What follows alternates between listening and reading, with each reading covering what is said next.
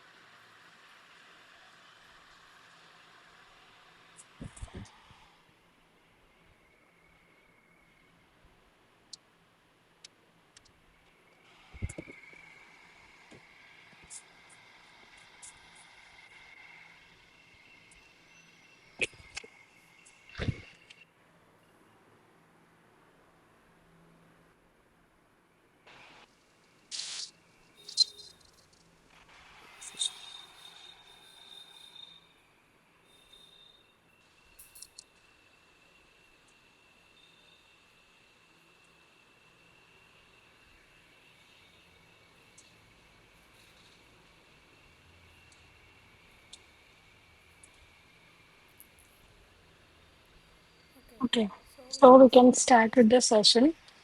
Um, Good evening, everyone. I am Krishna Pandey, a PMRF Fellow and PhD Scholar from Banaras Hindu University. And welcome to the Week 4 live session for Introduction to Biostatistics, whose course instructor is Professor Shamik Shin from IIT Bombay.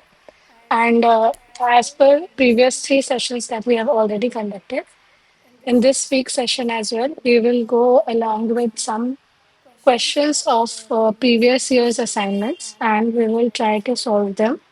If there are any doubts, you can ask me. I will try to explain the concept of these questions as well as give you the solution and the ways to solve it. We won't be solving any questions from the assignments that you are getting during your course or this year's course. But solving previous year's assignments will definitely help you solve these year's assignments. And this is the sole purpose for these live sessions. So, yeah, we will proceed with the session. I'll just give a question on the screen and you can read that and solve the sessions. Okay. So, your first question is if the scatter plot of variables x and y has a positive slope, the correlation between the variables is your options are negative, positive, no correlation, and perfectly positive. I'll give you 5 minutes time. If you know the answer, please go ahead and you can tell me or you can write that in the chat box. Otherwise, I'll tell the answer and explain the concept of this question.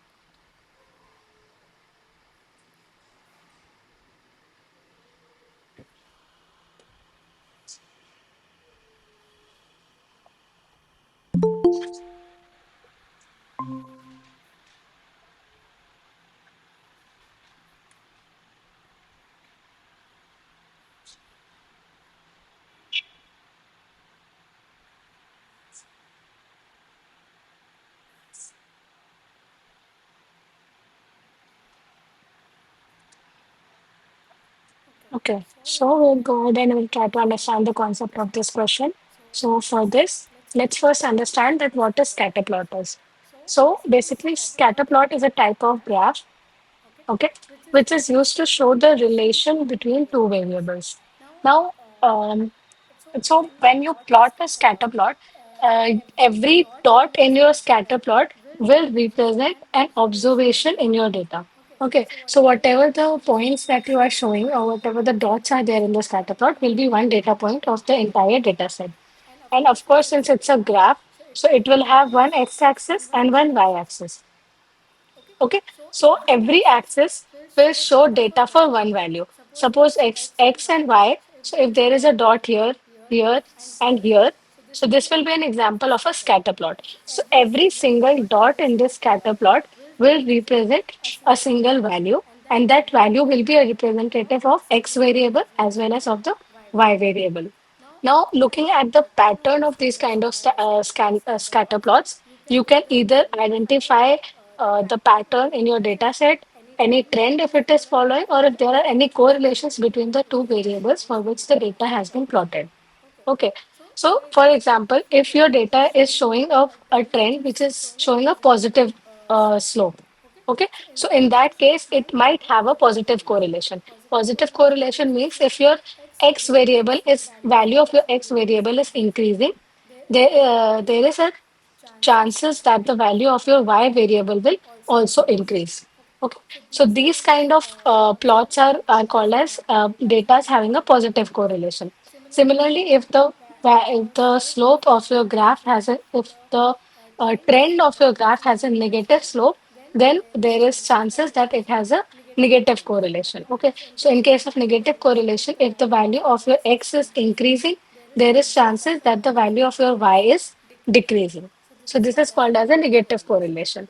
And if in case your dots are randomly scattered, which was the case original case in this graph, in that case there are chances that there is no clear correlation between your x value and your y value. Okay, so this is the basic concept of scatter plot. Now, these this is exactly what I was trying to tell you that this is showing a trend of a line going in upward direction or a positive slope. So therefore, this will have a positive correlation. In the second graph, this trend is showing in a downward side or a negative slope, which will show a negative correlation. And this kind of graph where no trend is being followed, neither it is a positive slope nor it is a negative slope. In that case, your data is showing no correlation. Now, as I already explained, that if the variables x and y have a positive slope, in that case, there is chances that if x will increase, your y will also increase. Okay, so in that case, your correlation coefficient, which is denoted by r, will be positive, and the value will range from 0 to plus 1. Correlation values range from -1 to +1. Okay. Sorry, -1 to +1. In the middle, it is 0. So if the correlation value or the R value will be 0, that means there is no correlation. If the value is -1, then there is negative correlation. And if the value is +1, then there is positive correlation.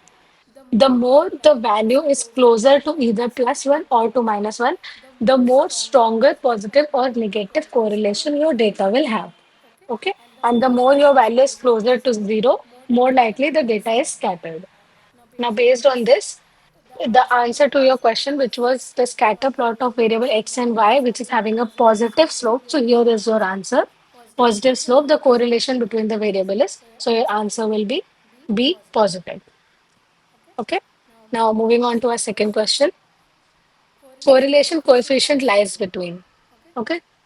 So this is a very simple question. I just gave an answer to this, but I'll still give you a minute or two. If you know the answer, you can answer. Otherwise, I'll tell the answer.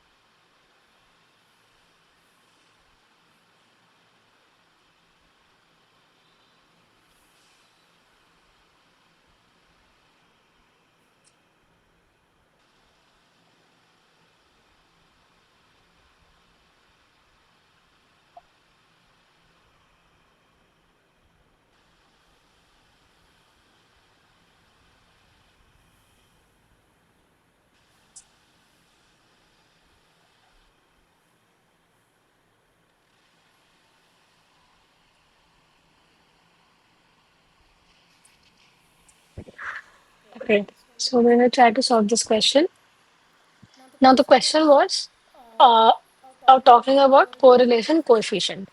Now what is a correlation coefficient? So basically it is a numerical measure, okay, that describes the strength and the direction of a linear relationship between two variables. So as I explained for your previous question, if we talk about two variables that is x and y, and if we are saying that x is increasing in the same ratio that y is decreasing, or in another case, the strength with which the x is increasing with the same strength, y is also increasing. So we are talking about a relationship between the two variables x and y. So how strong they are, first of all, depending on each other, whether with very strong intensity your x is changing the value of y, or whether there is no correlation, or there is a very little correlation that your x is changing and y is changing accordingly, but not in a very strong ratio or not in a very high ratio. That means it is determining your strength, and the second one is it is determining the direction. So in this case, if we are saying that these two arrows are moving in opposite direction, that means on increase of one value your other value is decreasing, or there are chances that on increase of one value the other value is also increasing. So this is giving the direction. So your correlation coefficient is nothing but a numerical value that by looking at which you can determine the strength uh, of relation between two variables and the direction of their relationships. So now your correlation coefficient is denoted by R as I previously explained. Now, if you're talking about a correlation between samples, then it is denoted by small r. And if you are talking about a population, then it is denoted by rho. Okay, it is a Greek symbol. It is pronounced as rho. It is written like this. So this will be your representative number for uh, correlation coefficient. Now this I have explained in the previous value also, previous question also, that your range of correlation coefficient will always lie from -1 to +1, -1 being the negative correlation and +1 being the positive correlation. Okay. Now the same thing is explained here. If your R is greater than zero, that means anything more than zero below +1 will have a positive correlation, which will mean that when one variable is increasing, the other variable will tend to increase. Your other possibility is that your R value is less than zero, or it will be closer to -1, which will denote that the two variables have a negative correlation. That essentially translates to that one variable is increasing and the other variable will tend to decrease. And the third possibility is your R value is exactly zero. That means that there is no relationship between the two variables. The increase or decrease in the two variables are not dependent on each other. And the point to remember is the value of R, depending on how closer it is to one, either -1 or +1, that will determine how stronger the relationship between the two variables are. Okay. So now your question was correlation coefficient lies between. Of course, the answer will be -1 to +1, which is your option D. Okay. So I hope this was clear. And we can move on to our next question, which is question number 3. The correlation coefficient R x comma y. So this is how correlation coefficient is written. Your R denotes your correlation coefficient and x comma y means we are talking about the relationship between x and y. Okay, so this is correlation coefficient. So how what is the formula of correlation coefficient? I'll give you 2 minutes. If you know the answer, you can tell me.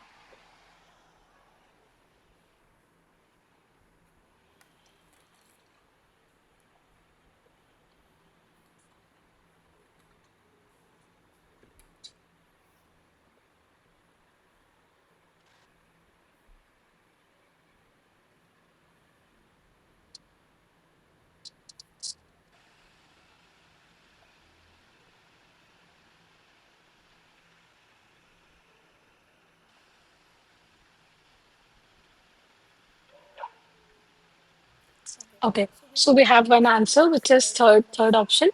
Okay, let's just see this.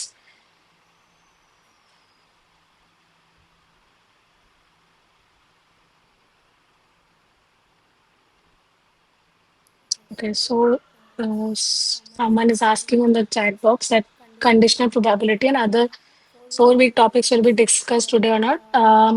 I think for this session, all the questions are mostly related to correlations, correlation and correlation coefficients. So yeah, this week's assignment will be related to that only, which was covered in the previous courses session.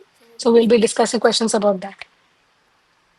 Okay, so let's talk about correlation coefficient between two variables. So yeah, the formula will be, there are two ways to calculate this, and one of the ways to calculate is by using a covariance. The other formula for calculating this we will see in the subsequent questions. But for now, you can calculate this by talking about the covariance between x and y.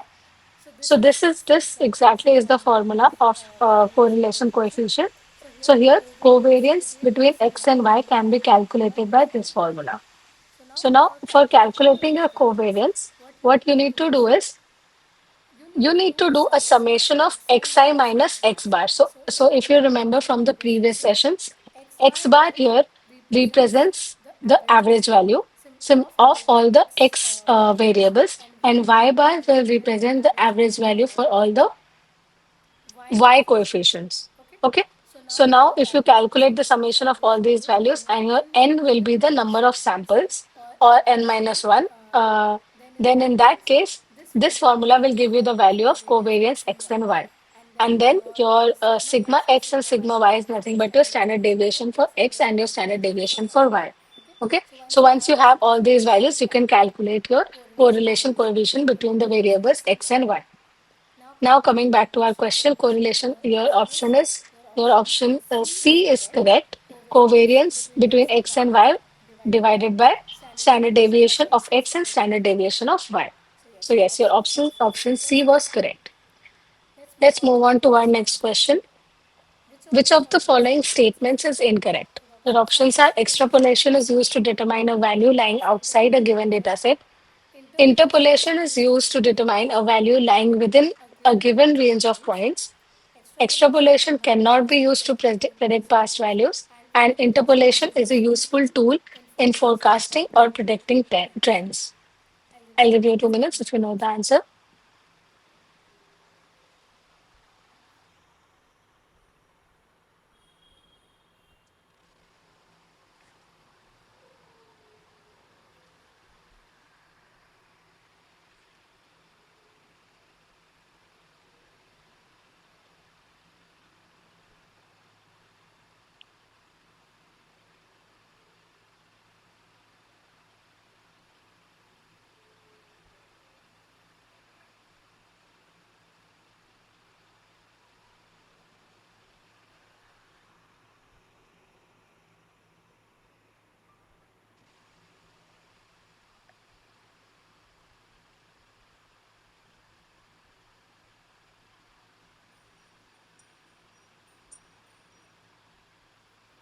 Okay, so let us try to understand this question.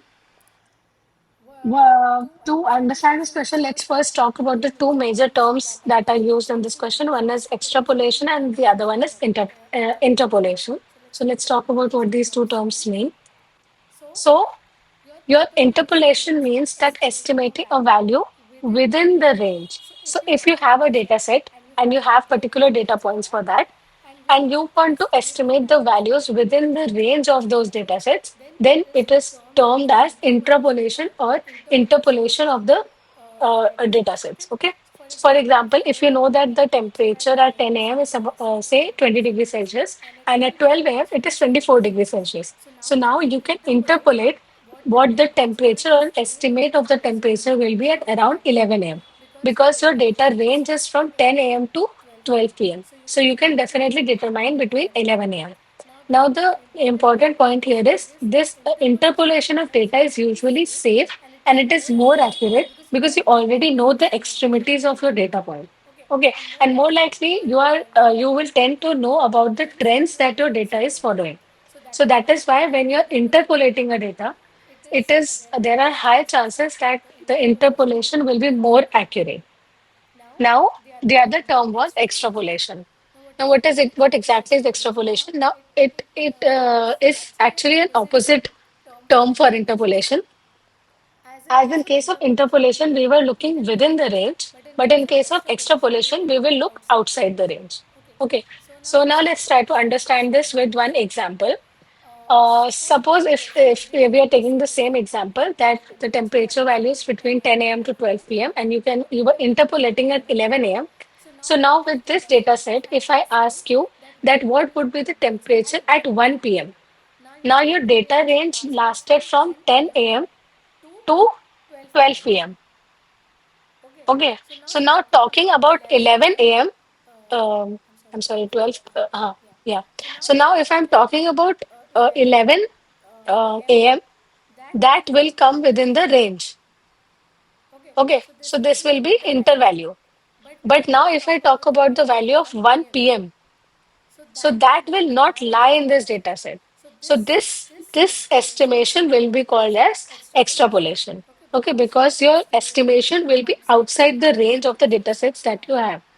Now, of course, because you are estimating a value for which you don't know or you don't know the trend it might follow, then in that case, your extrapolation values are usually riskier because the assumption is not based on any kinds of trends that you follow, or it is beyond the data set that you already have. Okay, so these are the two terms, interpolation and extrapolation.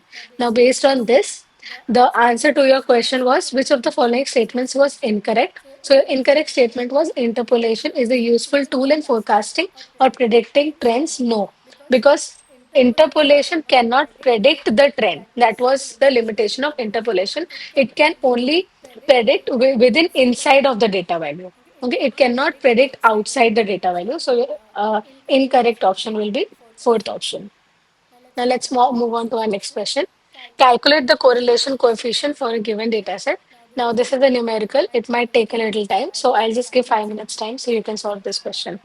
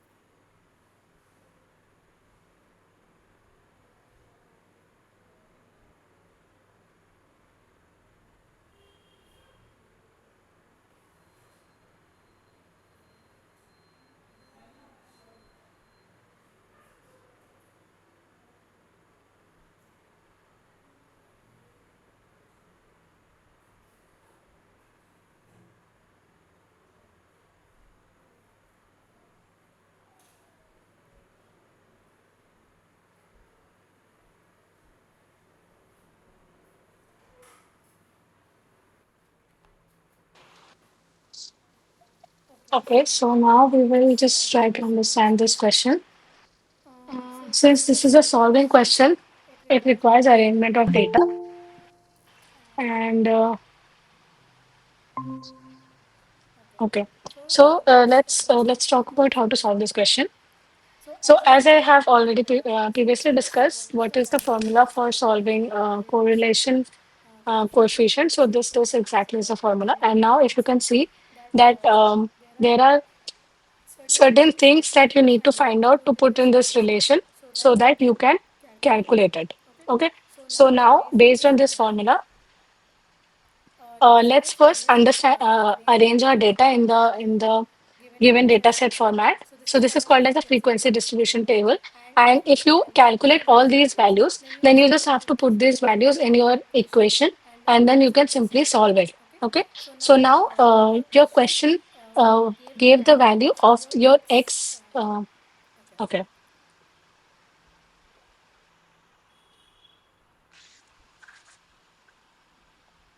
Okay. So your question had given the value for an x variable and a y variable, and these are the values. And you need to calculate an x square value, a y square value, and an x into y value. So here, the value in this frequency distribution table has already been calculated. X square value is nothing but you will just square the values of your x variable. Simply for the y variable, you will square the values of your y variable. And to calculate the x and y, you will just multiply x and the y value. Okay, and then you will generate this frequency table. Now, if you remember the formula, the entire formula uses the summation of all these values because you're talking about relationship between the entire data set. So now you need to do a summation of all these values. So here you can calculate the summation of x value, then this will be a summation of y value. Here will be a summation of x square, summation of y square, and summation of x and y. Okay. So now, if you simply calculate this value, your summation of x will be 4, 4 plus 3 plus 2 plus 1. So your value will be 10. Similarly, the summation of your y will be 4 plus 5.8 plus 7 plus 7.4. And that value sums up to 24.2. Okay. Similarly, if you add on to all the values of x squared, your sum will be summation of x square will be 30 and your summation of y square will be 153.4 and your summation of xy value will be 66.2. Okay, so this is the total sum you calculate of your frequency distribution table. Now we will just put these values in your uh, correlation coefficient formula. So your formula was r equals to,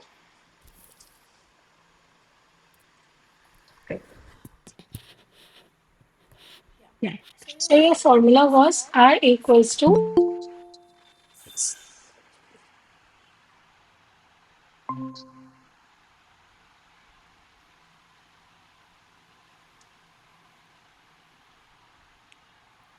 okay, r equals to n into your summation of xy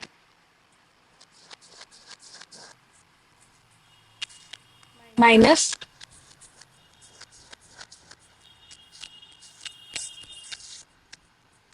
summation of x into summation of y.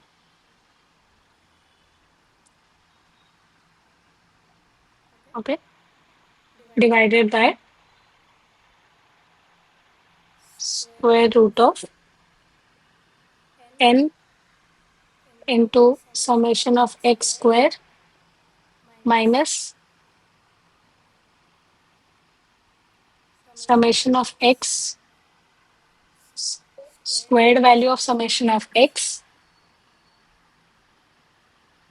multiplied by square root of similarly n into summation of y square minus summation of y square of summation of y. Okay, so you already know all the values of these of these things. So you just need to put the exact values that we have calculated previously in the frequency distribution table and put those values in the equation. Okay. So we will start putting the value. So your value of n everywhere will be 4. So 4 into 66.2 minus summation of x is your 10 into 24.2. Okay. Divided by square root of 120 minus, okay, so this is 120 is your calculation.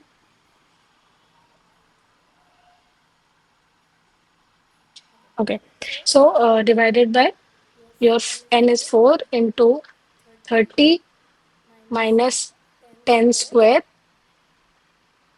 into square root of 4 into 153.4 minus 24.2 square. Okay. Now, if you simply solve this equation, somewhere by solving this equation, you will get 22.8 upon 23.6, and this value comes to approximately 0.96. Okay. So your answer to this question will be 0.96. I'm leaving this entire solution on the screen. If you want to look at how this was solved, you can take a look and you can understand, and then we can move on to our next question.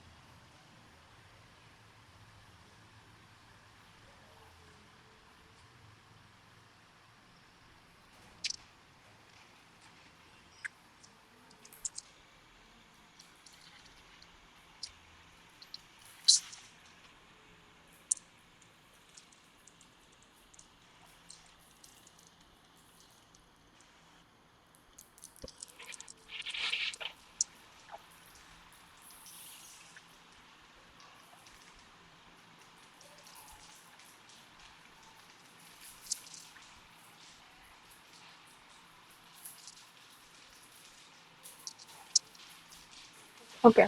So now moving on the question. So the question was the correlation coefficient between the given data set, that was your fertilizer, to your crop yield value, and the answer to this question is your option A, which is 0.96. Okay. So now let's move on to our next question. A student performed Bradford assay to determine the protein concentration in an unknown sample. She constructed a standard curve using increasing concentrations of BSA, which is a kind of protein, and plotted the points on a graph where absorbance was given on y-axis and protein concentration was given on x-axis. The equation of this line is given below, which is y equals to 0.05x plus 0.007. The unknown sample gave an absorbance value of 0.557. What will be the protein concentration of this sample? So the equation is given, and there was a standard curve which was plotted by increasing concentration of BSA, and your absorbance, the value of your absorbance was given. Okay, so the value of absorbance was given on y-axis, and the protein concentration was given on x-axis, and this is your equation. And now they are giving you the value of absorbance, which was 0.557. That means you have value of your y-axis. You need to find the value of x from this equation. So I'll give you 5 minutes. You can try to attempt this question. Otherwise, I'll help you solve it.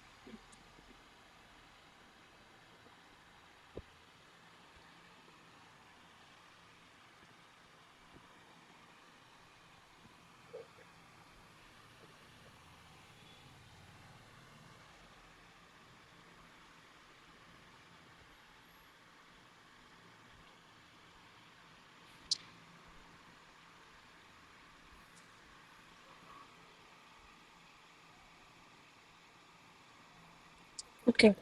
So let's try to solve this question.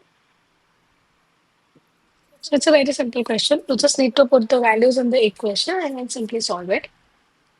Okay. So let's try to do it. So the equation, uh, so let's first understand that it is given that your value of y, okay.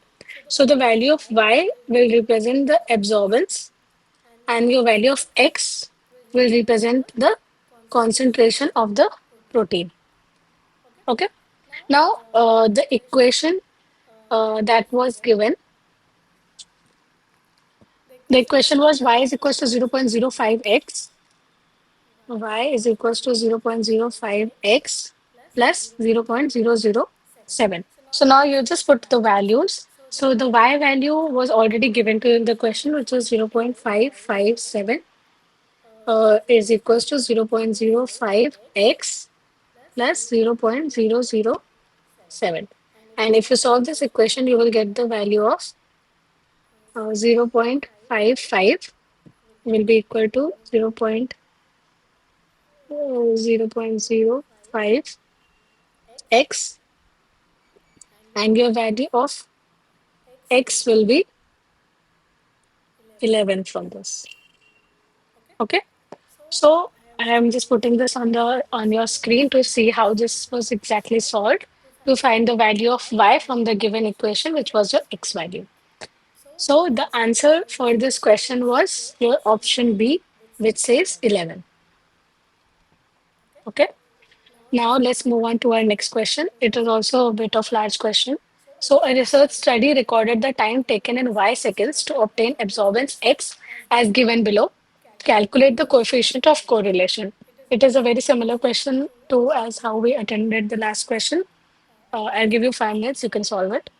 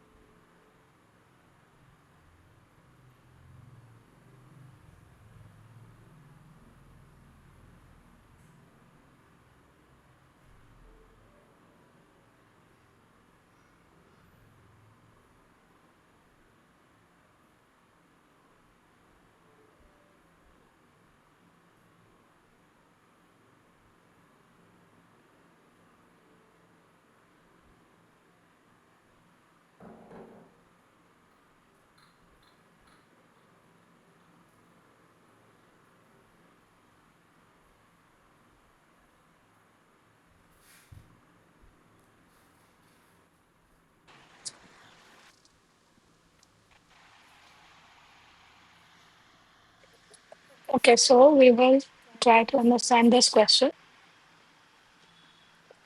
So now again, to solve this kind of question,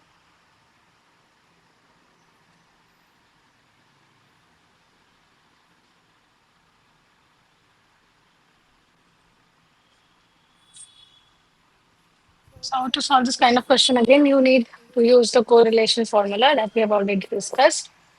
And again, you need to put uh, put all your values and then create a frequency distribution table for which you will have a value of your x's, your y's, and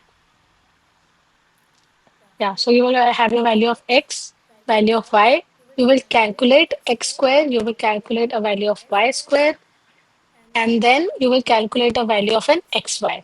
Okay.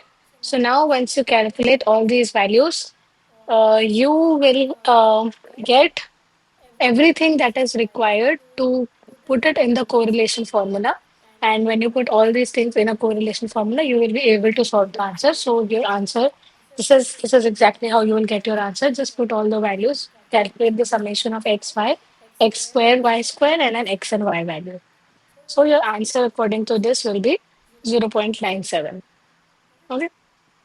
So here you have calculated a summation of xy value, which was your 210, summation of y square value, which was your 2.4, summation of square of x value is 9100, summation of square of y values is 1.0206, and then summation of an xy value was 94.8. And this is how you all put it in this formula. Your n value here, n in this will be 7. Okay. So wherever your formula says n, like there are three places where your formula will ask for n value, and you will put 7, and all the values are on your screen. You will just have to calculate and get the value of 0.97. Okay. So now your answer to the question was 0.97. Okay. Now let's move on to our next question. Given is covariance value. Okay. Covariance value, a sigma value, that is a standard deviation of x and standard deviation of y, and you have to find the correlation coefficient. Now, if you remember in the beginning, I talked about that there are two formulas for calculating your R value, which is your correlation coefficient. Okay, so there was one way by which you can use the covariance value to calculate your correlation coefficient. Now, for solving these kind of questions, you need the formula which requires the covariance. Okay, so now the formula. Okay, so let's try to solve this. So this is exactly the question that I was talking about, that your R will be covariance of x and y, and then standard deviation of x and standard deviation of y. So you just need to put the values in this. So to calculate this, you simply have to do R equals to covariance of x and y, which was your 28 from the question. Standard deviation for your, this is talking, so now when you calculate the standard deviation, if you go back to your question, the value that you is given is the square. Okay. But in this formula, if you see, you don't need a square. So that definitely you will have to calculate the square root of it. Okay. So you calculate the value square root of 16 for x into square root of 81. So now you just have to solve that, which will be 28 divided by square root of 16 is 4 into square root of 81 is 9. So now this becomes very simple, 28 upon 56, and this value comes up to 0.778. Okay, so this was very easy. So your question, your answer to this question was to calculate the correlation coefficient from a given value of covariance and the standard deviation values of x and y. Your answer comes down to 0.778. Okay. So now let's move on to our second last question. To understand the effect of fertilizer on plant growth, it was recorded that a fertilizer amount of 5 plus minus 0.25 gram per liter corresponds to a root length of 6.2 plus minus zero point 0.8 centimeter per seedling. With this information, what would be the estimated root length if the fertilizer concentration in the solution is 3 gram per liter? Assume that the coefficient of correlation between fertilizer concentration and root length is zero point 0.8. I'll give you 5 minutes. You can solve this.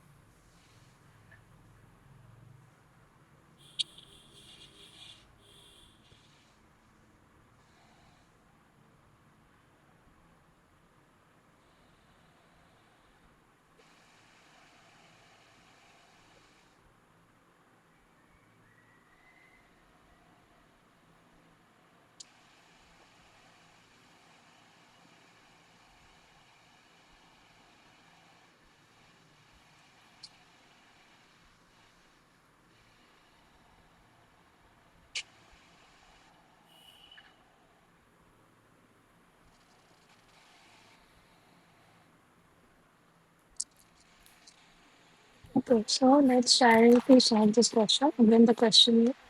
So your question gives the value of a coefficient correlation. Okay, which is 0.8.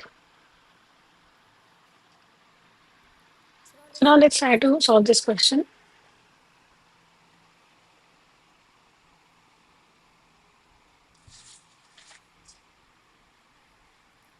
So the question is given a value of x bar, which is 5,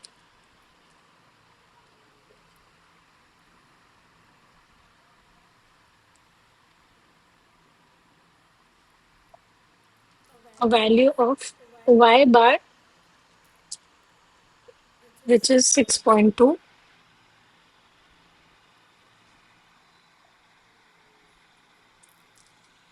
a value of standard deviation, which is 0.25, and a value for y, which was equal to 0.8. Now, to calculate this, you simply have to put in r, that is correlation coefficient, into sigma x upon sigma y will be equivalent to x minus x bar upon y minus y bar. Now you just have to put values in this. So your values will be 0.8 into 0.25 upon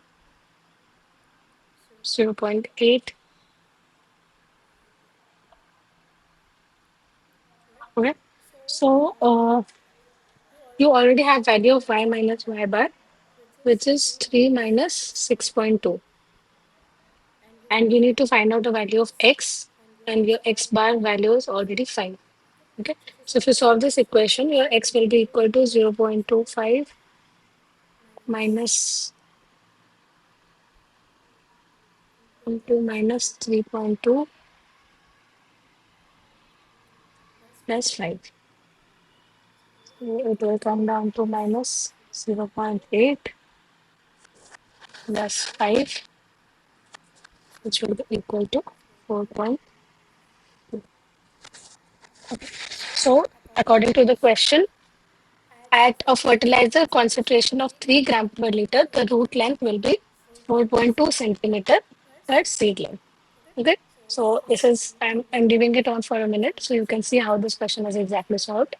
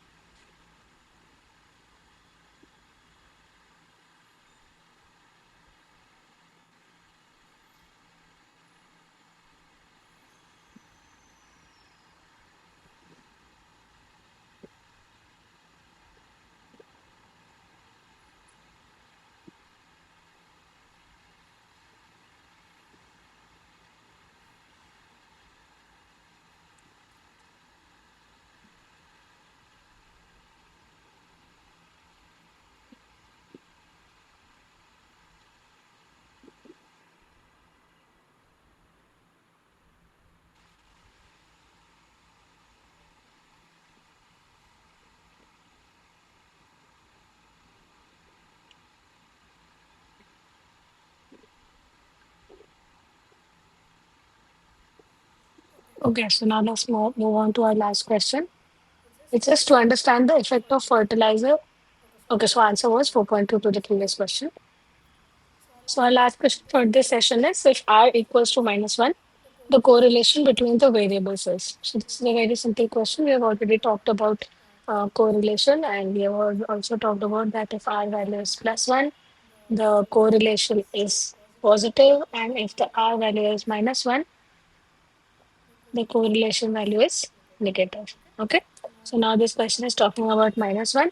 And since it is exact minus 1, your value, the variable will definitely be perfectly negative. So the answer to this question is perfectly negative. Okay. So we have to come to the end of our session.